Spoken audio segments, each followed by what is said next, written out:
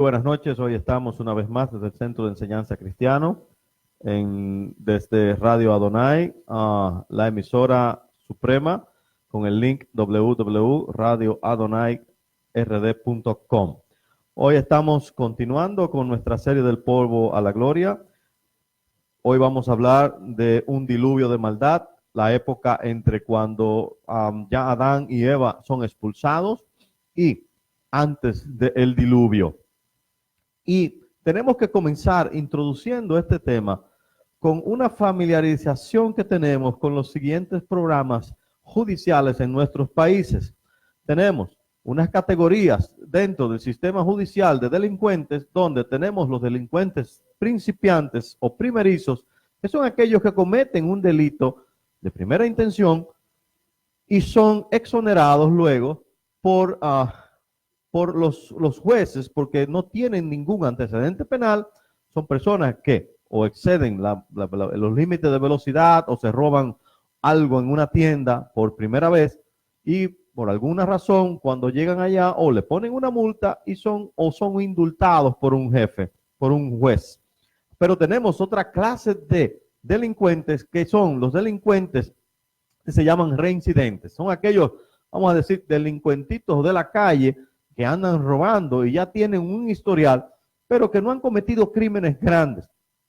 Pero hay otro tipo de delincuentes que son aquellos que llegan a hacer lo que los investigadores llaman y los jueces y el sistema judicial los llama los delincuentes profesionales.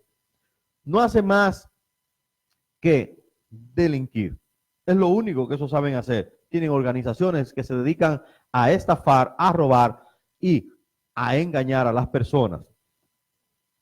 Entonces, cuando vemos estos distintos grados de maldad, podríamos pensar que en el caso de las personas que cometen una vez un delito, que son aparte y juzgados, que se le da una segunda oportunidad. Muchas veces pensamos que esas personas se van a arrepentir de ese delito y no lo vuelven a cometer. Esa es nuestra intuición. Dice, aprenden la lección, pasan por el susto de ir a un juez o ir a una cárcel por una noche o por un momento y luego salen y dicen, mas nunca vuelvo aquí a este lugar, no vuelvo a cometer este delito.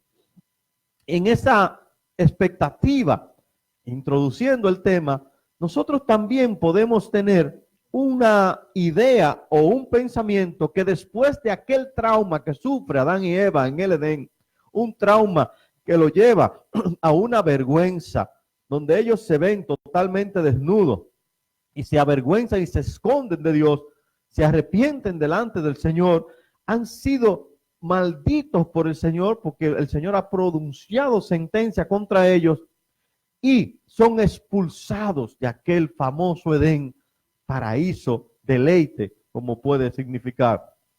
Y sabemos que en ese momento Dios pone a un ángel con una espada de fuego que se llama un querubín protector con una orden específica. Cumple la ley. No dejes pasar a nadie al jardín del Edén. Se coloca ese guarda ahí y esa arma es para usarla. Es un arma de fuerza. Es la primera vez y vemos y tenemos que entender que Dios da armas como medio de fuerza coercitiva de gobierno. Dios da la espada para ejercerla. Y lo dice en muchos capítulos de la Biblia, pero aquí Dios introduce esta espada en aquel ángel para que cumpla la ley. La espada está ahí para detener cualquiera que vaya a entrar. Entonces se coloca el guarda en la puerta, se le da un arma para usar, un arma de fuerza que será usada de ser necesario para hacer cumplir la ley. Entonces, hay una anécdota muy importante de un predicador que está cenando con un senador de los Estados Unidos muy prominente y ese senador en medio de la cena le dice a aquel predicador, y él dice que nunca lo olvidará, y dice: no creo que cualquier gobierno tiene el derecho moral de coaccionar a su gente.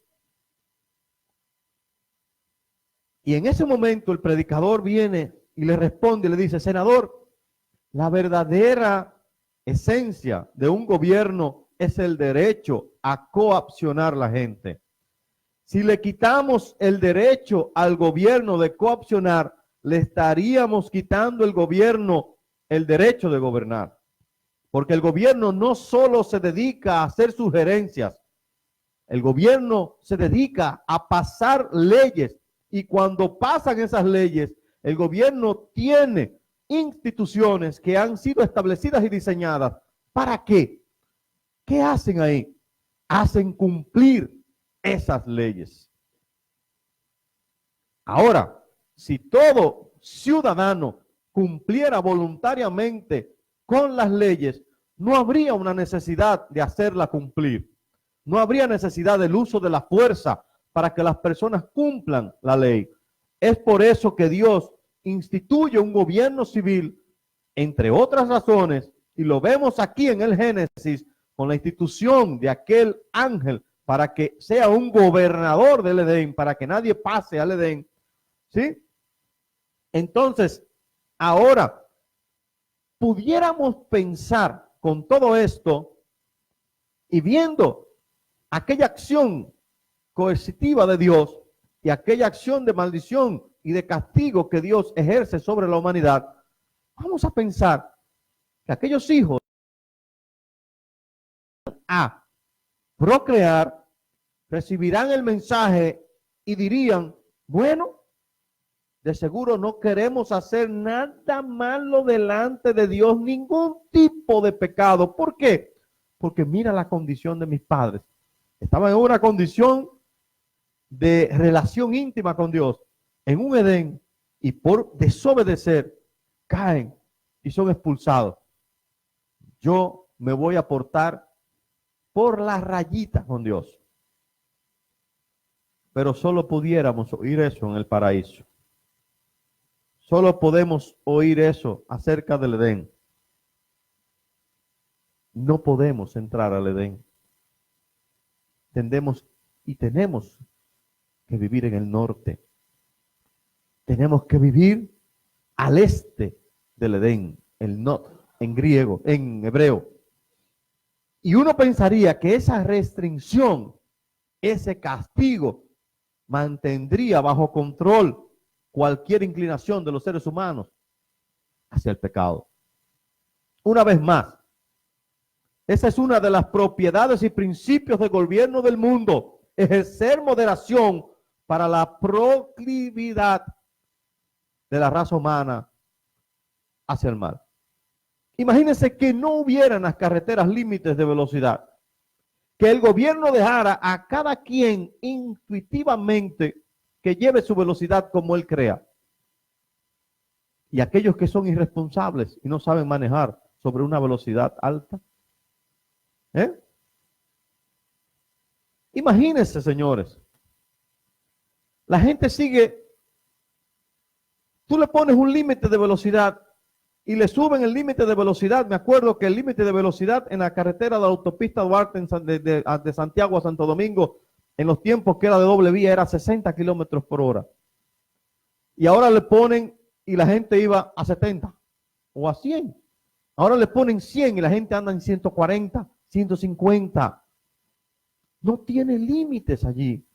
Ya pueden imaginar cómo serían las carreteras y aquellas autopistas si el gobierno no le pone límite de velocidad a eso. Pero la idea aquí es que estas restricciones están para restringir y no permitir y disminuir los impulsos pecaminosos de la gente, el impulso de la maldad de la gente. Pero, ¿qué vemos en el Génesis? En los capítulos que sigue el registro de la caída de Adán y Eva, lo que vemos es que la proliferación del pecado, no vemos la disminución, en cambio vemos una expresión radical del mal. casi de inmediato leemos sobre el primer asesinato. Inmediatamente Adán y Eva comienzan a tener hijos. El primer relato que sale, ¿cuál es? La matanza de Caín sobre Abel. Un fratricidio, el primer fratricidio. Un hermano mata a otro. Ahora, si pensamos en el capítulo 6, al principio, en el Génesis, nos topamos con un pasaje difícil, uno que suena extraño a nuestros oídos y otro que ha provocado todo tipo de desacuerdo y controversia entre los intérpretes y comentaristas del Génesis. Leemos en este capítulo, dice, al comienzo del capítulo 6, dice, aconteció que cuando comenzaron los hombres a multiplicarse sobre la faz de la tierra y les nacieron hijas, que viendo los hijos de Dios que las hijas de los hombres eran hermosas, tomaron para sí mujeres, escogiendo entre todas, y dijo Jehová, no contenderá mi espíritu con el hombre para siempre, porque ciertamente él es carne, mas serán sus días de 120 años. Habían gigantes en la tierra en aquellos días, también después se llegaron los hijos de Dios a los hijos de los hombres, a las hijas de los hombres, y le engendraron hijos. Estos fueron los valientes que desde la antigüedad fueron varones de renombre. Ahora vemos una descripción del clima moral que ha sucedido en el versículo 5. El Señor vio que era mucha la maldad en la tierra y que toda intención de los pensamientos del corazón del hombre era sobre todo uno, sobre el mal. Siempre era de continuo al mal. Y le pesó al Señor haber hecho al hombre y haber hecho la tierra, y sintió tristeza a Dios en su corazón. Y dijo el Señor, borraré de la faz de la tierra al hombre que he creado, desde el hombre hasta el ganado, los reptiles, las aves del cielo, porque me pesa haberlos hecho. Mas Noé halló gracia ante los ojos de Dios. ¿Qué es lo que vemos aquí? ¿Quiénes son las personas a las que se refiere el texto con hijos de Dios e hijas de los hombres? Es un pasaje muy extraño y controversial. Hay un montón y muchas referencias y brotes de expresión radical aquí sobre estos pasajes.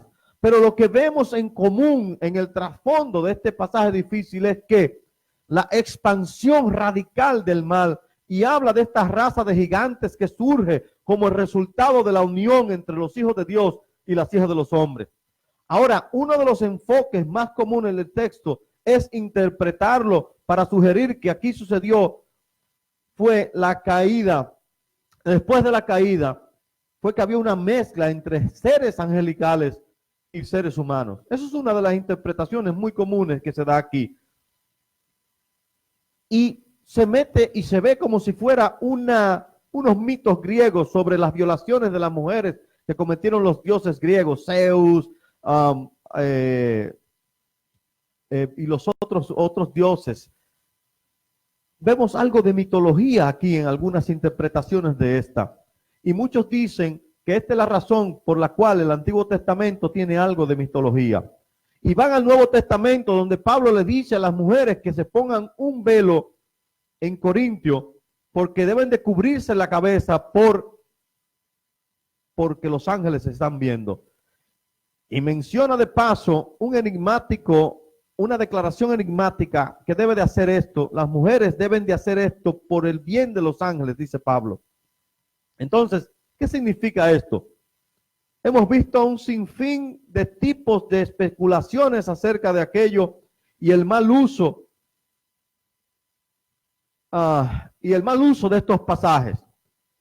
Es más usual que las mujeres deben cubrirse la cabeza en la iglesia porque los ángeles siempre están observando la comunión de los santos en la iglesia y los ángeles tienen una extraña atracción por las mujeres hermosas. Eso es lo que muchos dicen.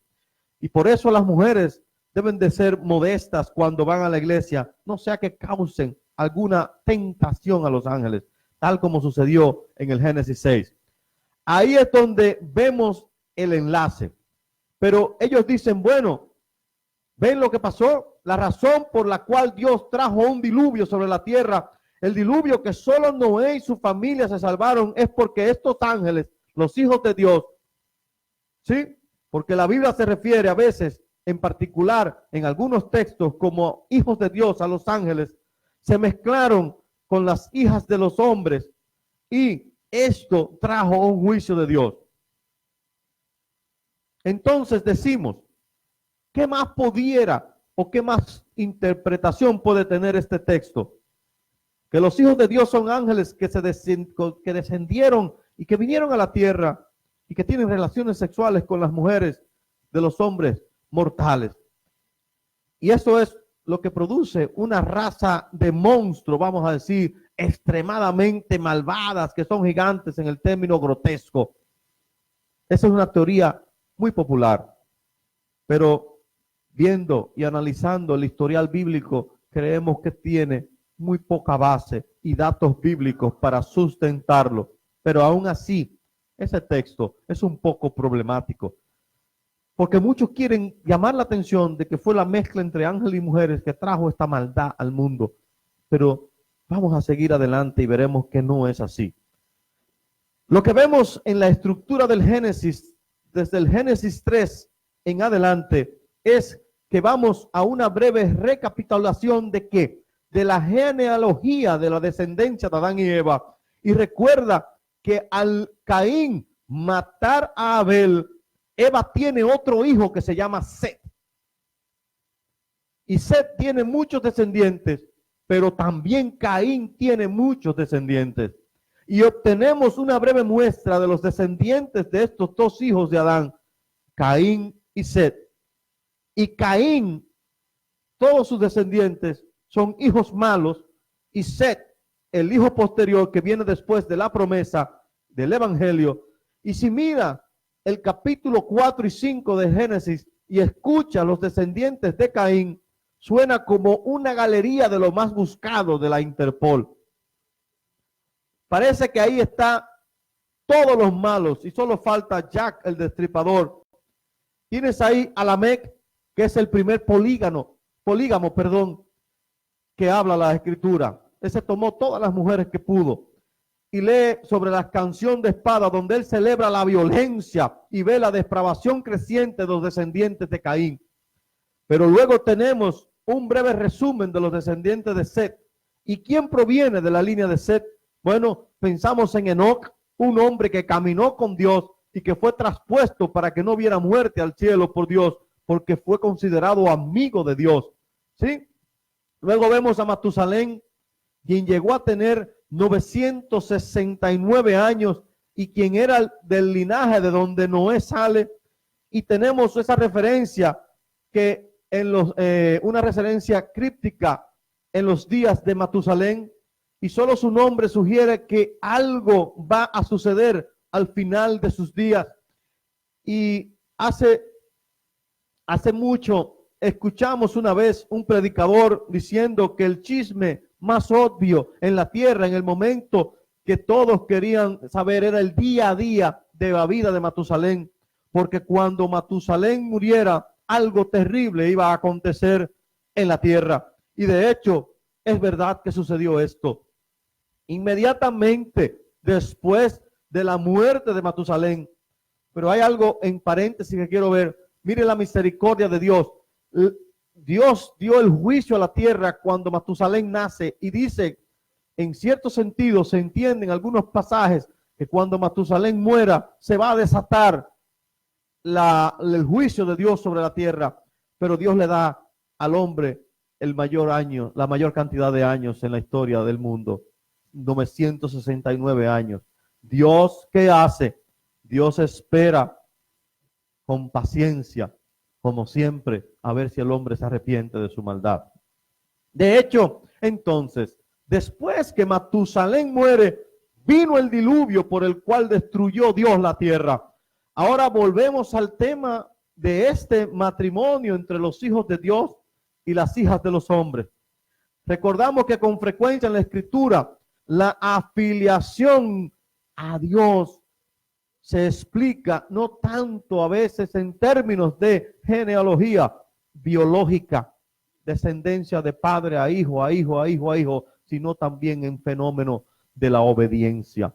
Jesús habló a los fariseos cuando afirmaron ser hijos de Abraham y vamos a dar un ejemplo para que me entienda. Él le dijo algo como esto: no son hijos de Abraham.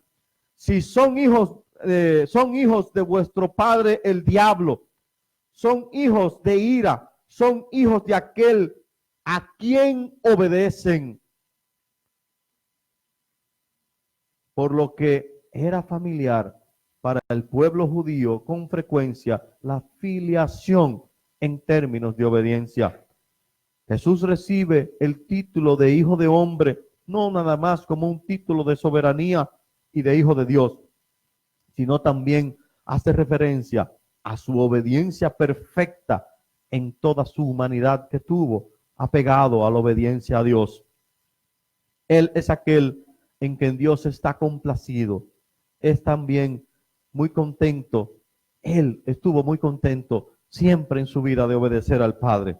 Ahora, no hay razón alguna para suponer que este texto, que los hijos de Dios, se refiere a los ángeles. De hecho, los mejores estudiosos del Antiguo Testamento, los famosos exegetas y rabinos que pudieron interpretar esto, y muchos actuales teólogos que han interpretado esto, están de acuerdo que se tratan de referencia sobre los hijos obedientes de la línea de Adán, que es la línea de Set. Y tiene dos líneas, una línea de Set y una línea de Caín. La familia de Caín aumenta radicalmente en el mal y la violencia y en el pecado. Y como dije, es como una galería de prontuarios. Esta es la expansión del mal de la familia de Caín. Pero la línea de Set tenemos a aquellos que han encontrado una gracia especial de parte de Dios, por así decirlo. Son justos o declarados justos delante de Dios. Estas son las personas que agradan a Dios. Estas son las personas como Enoc y otros. Así que ellos son llamados los hijos de Dios. Y lo que sucede es que los descendientes de Set, los descendientes varones, empiezan a mezclarse con los descendientes hembras de Caín. Y las hijas de los hombres, así ahora los justos se han unido a los injustos. Los buenos o los justos delante de los ojos de Dios, por encontrar gracia soberana de Dios, se han mezclado con las hijas de Caín y se han mezclado para hacer el mal. Y esa contaminación se vuelve mundial y Dios ve la violencia en toda la tierra y que el corazón de todos los hombres está lleno de continuo hacia mal. Y todos están haciendo lo correcto, pero solo delante de sus propios ojos. Entonces ya no existe este sentido de obediencia, se va. La gente comienza a alejarse de un compromiso de pacto con Dios, el pacto que se hace en la creación. Entonces Dios dijo algo como esto: no más, ya no más, no voy a luchar más con el hombre, no voy a tratar de enviar a mi espíritu para que obre en una santificación, no voy a hacerlo, voy a retirar mi espíritu y el martillo o la plomada del juicio va a caer sobre ustedes. Y así de nuevo, esto prefigura todo el resto del Antiguo Testamento, donde uno de los mayores problemas en la historia de Israel es el problema del sincretismo, donde Dios separa a su pueblo y lo llama a ser una nación santa, un real sacerdocio, y para mantenerse sin manchas del paganismo.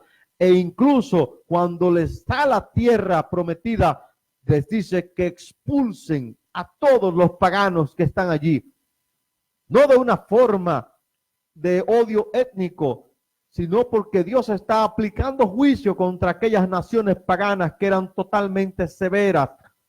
Hacían pasar a sus hijos por el fuego, se comían a los niños, sacrificaban a los dioses sus propios hijos, como ahora lo estamos haciendo en los abortos. Pero en cambio, Israel, ¿qué hace? Hace todo lo contrario, comienza a hacer tratos con ellos. Ellos entran en convenios con esos pueblos y permiten que los paganos permanezcan allí. Les permiten a ellos sin que se conviertan al judaísmo. Y lo siguiente que se sabe que es que comienzan a casarse con aquellos paganos.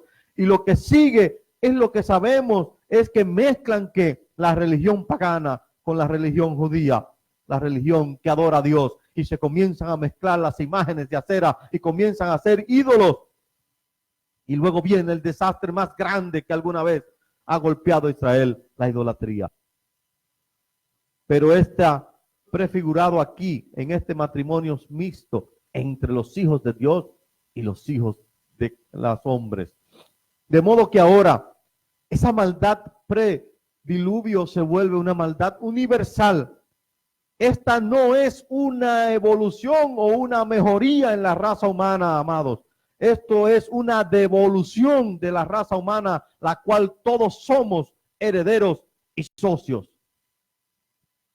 Si usáramos los conceptos de hijo de Dios e hijas de los hombres, tal como lo acabamos de mencionar y de hacer, haciendo y recordando que los hijos de Dios son los obedientes a Dios y los hijos de los hombres son los desobedientes de Dios. Aquellos hijos de Dios que son gente piadosas en su orientación y tienen un corazón para la obediencia del Señor y cuyas vidas reflejan la belleza de Dios, y las hijas de los hombres que se refieren a personas que no tienen a Dios en su pensamiento. Si esas categorías se usan hoy, hermanos y amigos, ¿dónde estaría usted hoy? ¿En cuál de los dos grupos? ¿Te miraría Dios y diría, tú eres mi hijo o hija mía? ¿O Dios te miraría y diría, eres un hijo de hombre o una hija de hombre o un hijo del hombre, en el sentido de que estás viviendo en una disposición humana que está en contra y en conflicto con Dios? Reflexionemos, porque vemos aquel lugar donde Dios hace juicio contra las naciones, contra el mundo. Y dicho de otra manera, si Dios hoy destruyera el mundo de nuevo por una inundación, cosa que no va a suceder, pero tampoco es tan bonito lo que viene para el mundo cuando venga el juicio, pero Dios no va a inundar la tierra porque Él prometió que no. Pero si esto sucediera en el caso hipotético, ¿sería usted rescatado? ¿Te invitaría Dios hoy a entrar al arca de Noé o te diría que te quedes fuera? Solo queda una familia en el momento de la inundación. E incluso más tarde en la vida de Noé, cuando ya va a tierra y sale del arca, vemos que él cae en pecado. Noé también cayó después de esto. Pero tenemos que entender que el pecado no es solo algo que está en los aspectos más periféricos de nuestra vida. No es afuerita que lo tenemos, sino que es algo que se planta profundo, profundo, muy profundo en el corazón de toda la humanidad. Recuerda aquella gran novela de Joseph Conrad titulado El corazón de las tinieblas, donde las intenciones de nuestro corazón en la carne solo son perversas de continuo, querido hermano y amigo. Dios le bendiga.